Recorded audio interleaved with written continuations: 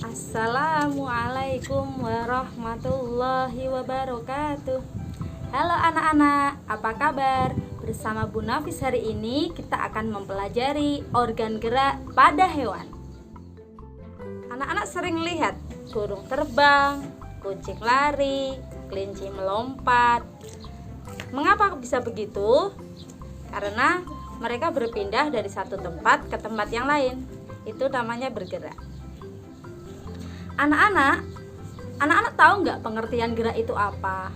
Gerak atau bergerak merupakan salah satu ciri makhluk hidup.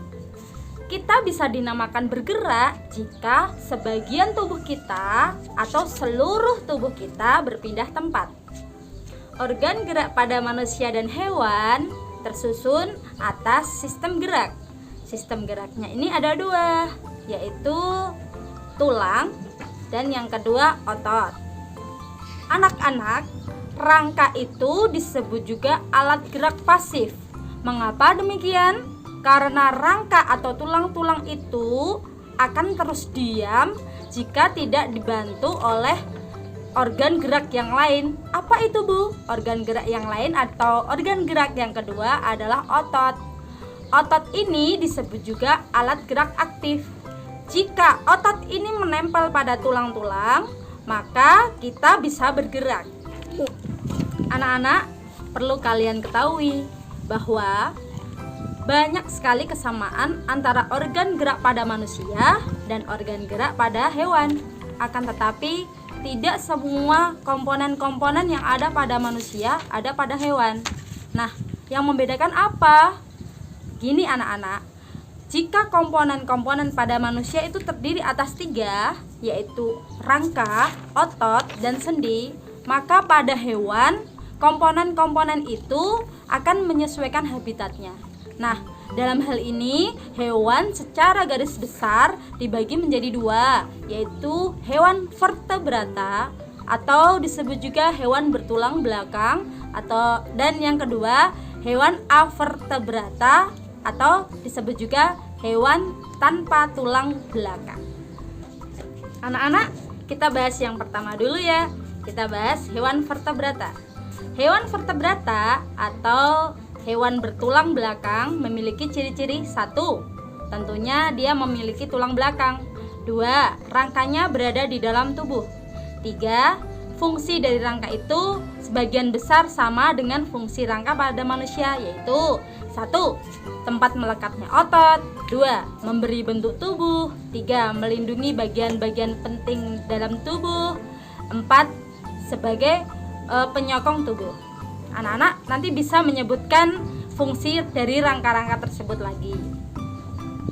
Nah, contoh dari hewan vertebrata ini ada banyak sekali, tapi kita golongkan menjadi atau kita kelompokkan menjadi 5. Yang pertama dari kelompok Pisces. Pisces itu dari kelompok hewan.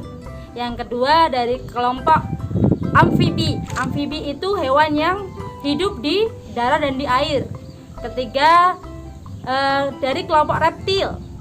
Yang keempat dari kelompok aves atau burung atau unggas. Yang kelima dari kelompok mamalia. Anak-anak, hewan vertebrata pertama yang akan kita bahas adalah Pisces atau ikan, golongan ikan. Ikan sesuai habitatnya hidup di air.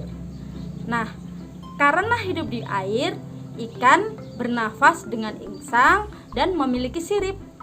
Jadi, ikan itu alat geraknya berupa sirip dan gurat sisi. Gurat sisi itu biasanya berupa garis yang ada di tengah-tengah tubuh ikan.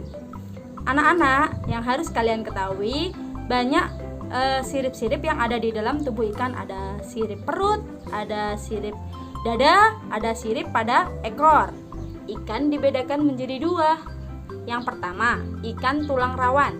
Contohnya ikan pari, ikan hiu.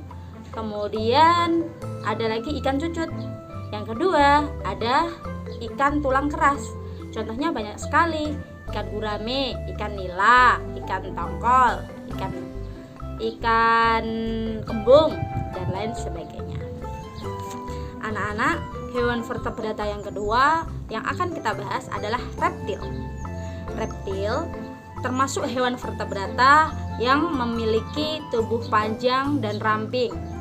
Kemudian dia punya sisik, bernafas dengan paru-paru, dan berkulit kering.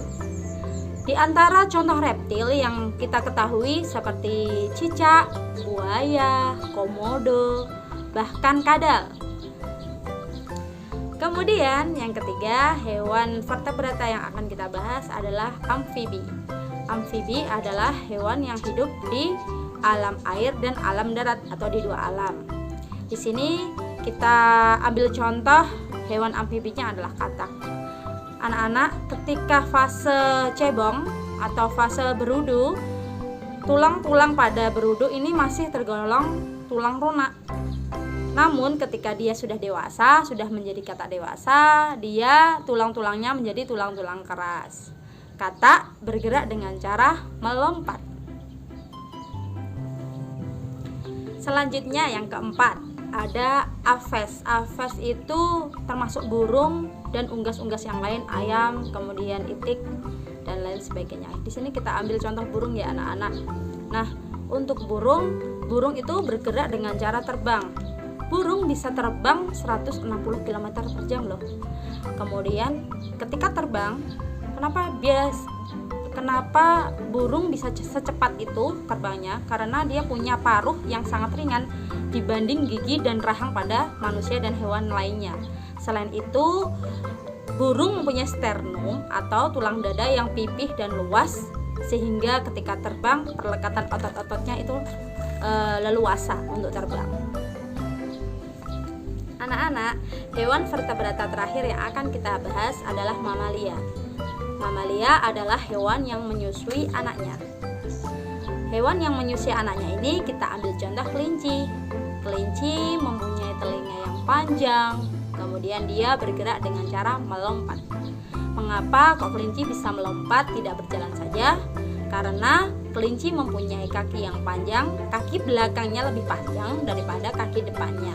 Kalau sudah jelas, kita lanjutkan ke pembahasan hewan yang tidak memiliki tulang belakang atau hewan avertebrata, atau bisa juga disebut hewan invertebrata.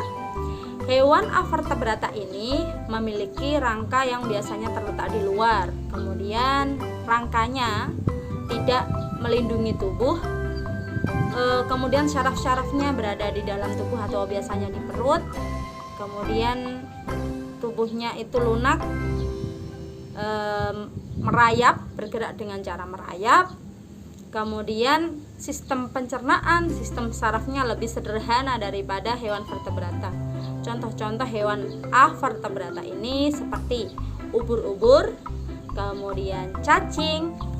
Nah, seperti itu anak-anak penjelasan organ gerak hewan vertebrata maupun avertebrata.